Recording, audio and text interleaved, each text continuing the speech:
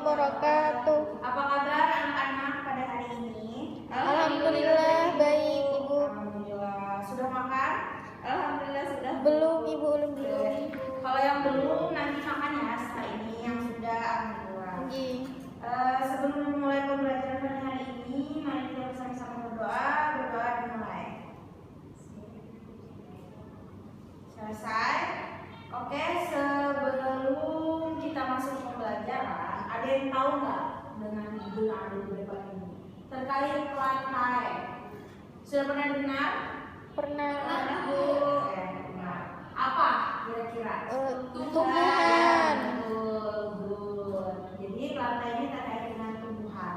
Sebelum masuk ke pembelajaran lebih dalam lagi, untuk tujuannya Ibu sampaikan bahwa ada peserta didik mampu menjelaskan ciri umum pada tumbuhan lumut, kemudian mampu menjelaskan ciri umum pada tumbuhan paku dan tumbuhan biji. Oke, sebelum kita masuk lagi, Ibu akan bagikan soal tes ke kalian, silahkan dikerjakan. Silahkan dikerjakan, langsung menjawab aja, silahkan.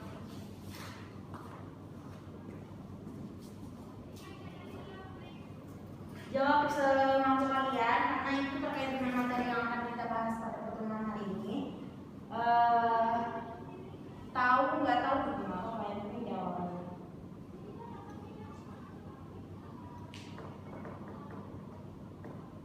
Oke, sudah?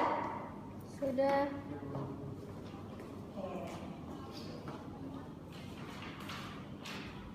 Terima kasih ya sudah mau menjawab.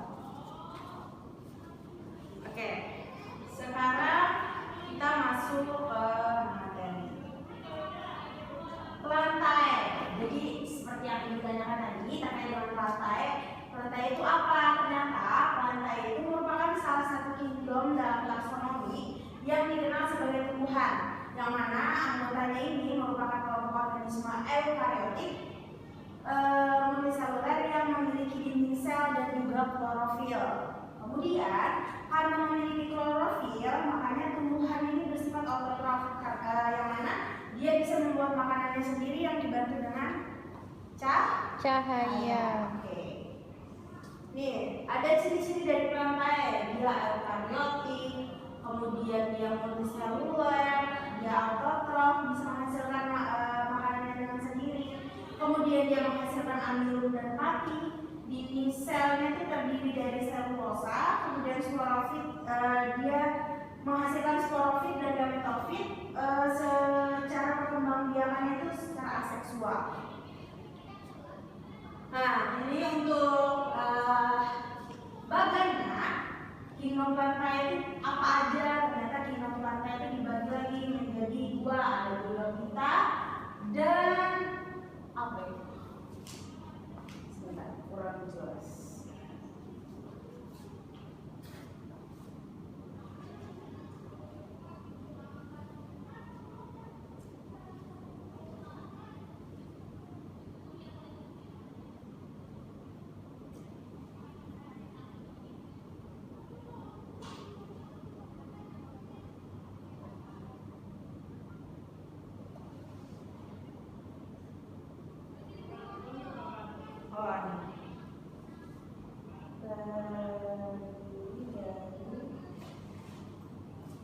Vascular plants atau tumbuhan berbiji. Dia ini termasuk spermatofita di sini. Kemudian di Bryophyta itu merupakan tumbuhan lumut. Nah, tumbuhan lumut itu ada lumut hati, kemudian ada lumut tanduk, ada lumut daun dan sebagainya. Yang pertama itu ada lumut hati, dia berbentuk selayaknya hati manusia. Ini bereproduksi secara aseksual. Kemudian dia melalui fragmentasi pada pembentukan kuncup dan sporanya, serta secara seksual melalui fertilisasi. Contohnya itu ada Marcianita. Yang paling pertama itu namanya lumut hati karena dia berbentuk seperti hati. Kemudian ada lumut tanduk. Contohnya itu adalah Anthophyta. Dia itu memiliki kapsul kapsul yang memanjang yang tumbuh menyerupai tanduk, yang mana gametofitnya itu disebut dengan anthocerosida. Kemudian ada moses atau bryophyta yang biasa kita sebut dengan lumut daun. Jadi lumut daun ini dia hidup berkelompok dan membentuk hamparan tebal yang disebut dengan lumut sejati karena bentuknya itu menyerupai tumbuhan yang ada akarnya, ada daunnya, kemudian ada batangnya. Tuh contohnya itu ada moses ya di situ. Nah, kemudian vascular glands ini terbagi lagi menjadi pteridophyta sama spermatophyta. Nanti pteridophyta ini dibagi lagi.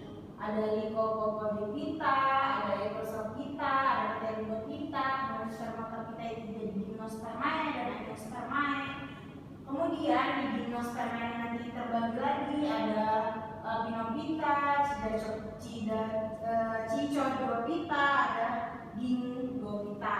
Nanti angiospermae ini adalah monocotyledon dan dicotyledon.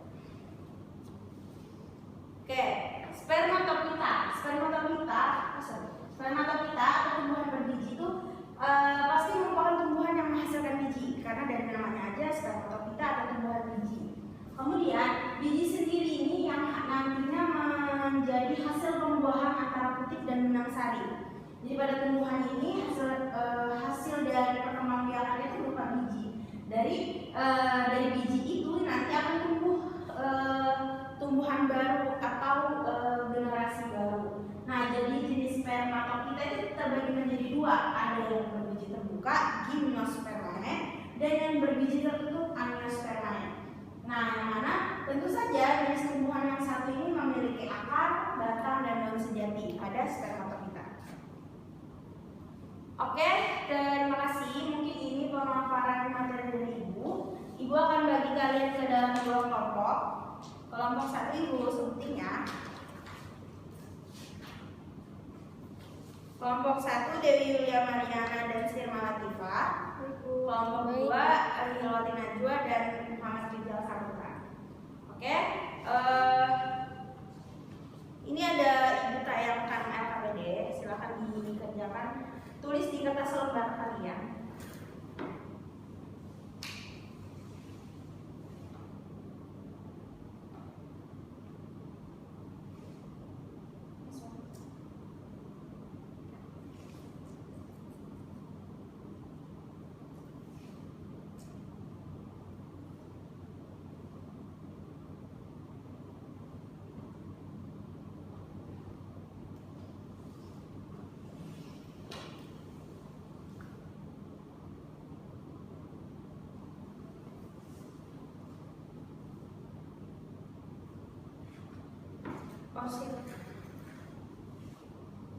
Paus di mana?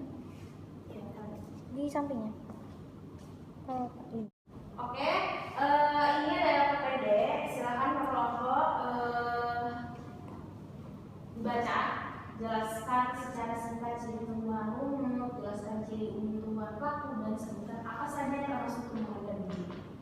Ada yang mau maju untuk menyimpulkan hasil LKPD-nya?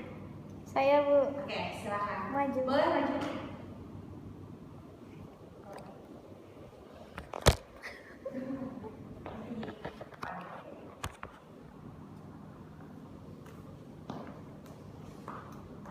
Oke, teman-temannya silakan diperhatikan jawaban LKPD dari kelompok 1.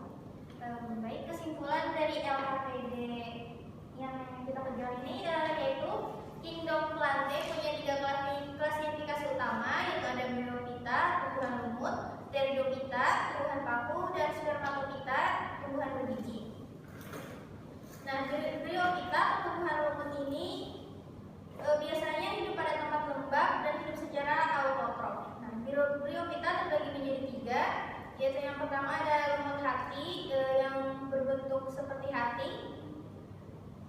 Yang kedua ada lumut tanduk, bentuknya menyerupai tanduk dan biasa disebut dengan Anthocerosida. Kemudian ada lumut daun, yaitu lumut yang hidup berkelompok dan membentuk hamparan tebal. Ini juga disebut dengan lumut sejati. Selanjutnya ada Pteridophyta Bryophyta, yaitu tumbuhan paku. Tumbuhan paku ini terbagi menjadi 4, yaitu paku purba. Sesuai namanya, jenis paku purba ini sudah hampir punah. Yang kedua ada paku kawat. Paku kawat ini dapat menghasilkan 2 jenis spora dengan gametofi tidak berklorofil. Kemudian ada paku ekor kuda. Paku ekor kuda ini bentuknya batang seperti kuda. Kemudian ada paku sejati. Sesuai namanya, paku sejati ini memiliki akar, batang, serta daun sejati. Nah, kemudian ada spermatophyta, itu tumbuhan berbiji. Tumbuhan berbiji ini dapat dikelompokkan dalam 2 jenis, yaitu tumbuhan berbiji terbuka. Yang ciri-cirinya itu memiliki bentuk prakaran tunggang, tidak memiliki bunga sejati, memiliki daun yang sempit, tebal dan kaku, memiliki alat berkembang biakan berbentuk kerucut yang disebut dengan strobilus, memiliki serbuk sari dalam strobilus jantan dan sel telur dalam strobilus betina. Kemudian ada tumbuhan berbiji tertutup, ciri-cirinya antara lain memiliki bunga sejati, memiliki daun berbentuk pipih dan lebar dengan tulang daun menjari, melengkung, menyirip atau sejajar. Nah, tumbuhan berbiji tertutup ini dibagi lagi menjadi 2 kelas, yaitu dikotil, contohnya pada tanaman singkong, tomat, kapas, jambu air. Kemudian ada monokotil, contohnya pada tanaman padi, kelapa, jahe, dan nanas. Oke. Saja kesimpulan dari saya. Terima kasih semuanya, Pak. Kita beri aplaus dulu. Ya, jawabannya udah menguasai, berarti per kelompok sudah bisa kerjasama. Oke. Alhamdulillah. Sedikit mengingat bahwa materi yang akan disampaikan pertemuan berikutnya, karena sebelum pertemuan itu akan selalu mengadakan post-test, dan di di pertemuan pertama ada pre-test dan di akhir pertemuan itu nanti ada post-test.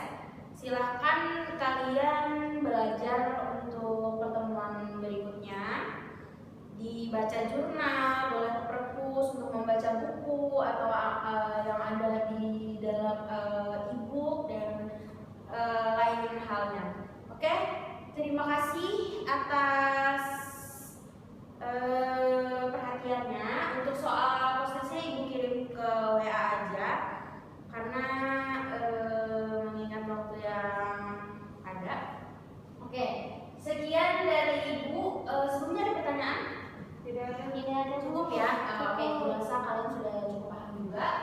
Sekian Ibu akhiri, kalau ada lebihnya Ibu mohon maaf. Wassalamualaikum warahmatullahi wabarakatuh. Waalaikumsalam warahmatullahi wabarakatuh. Terima kasih banyak Ibu.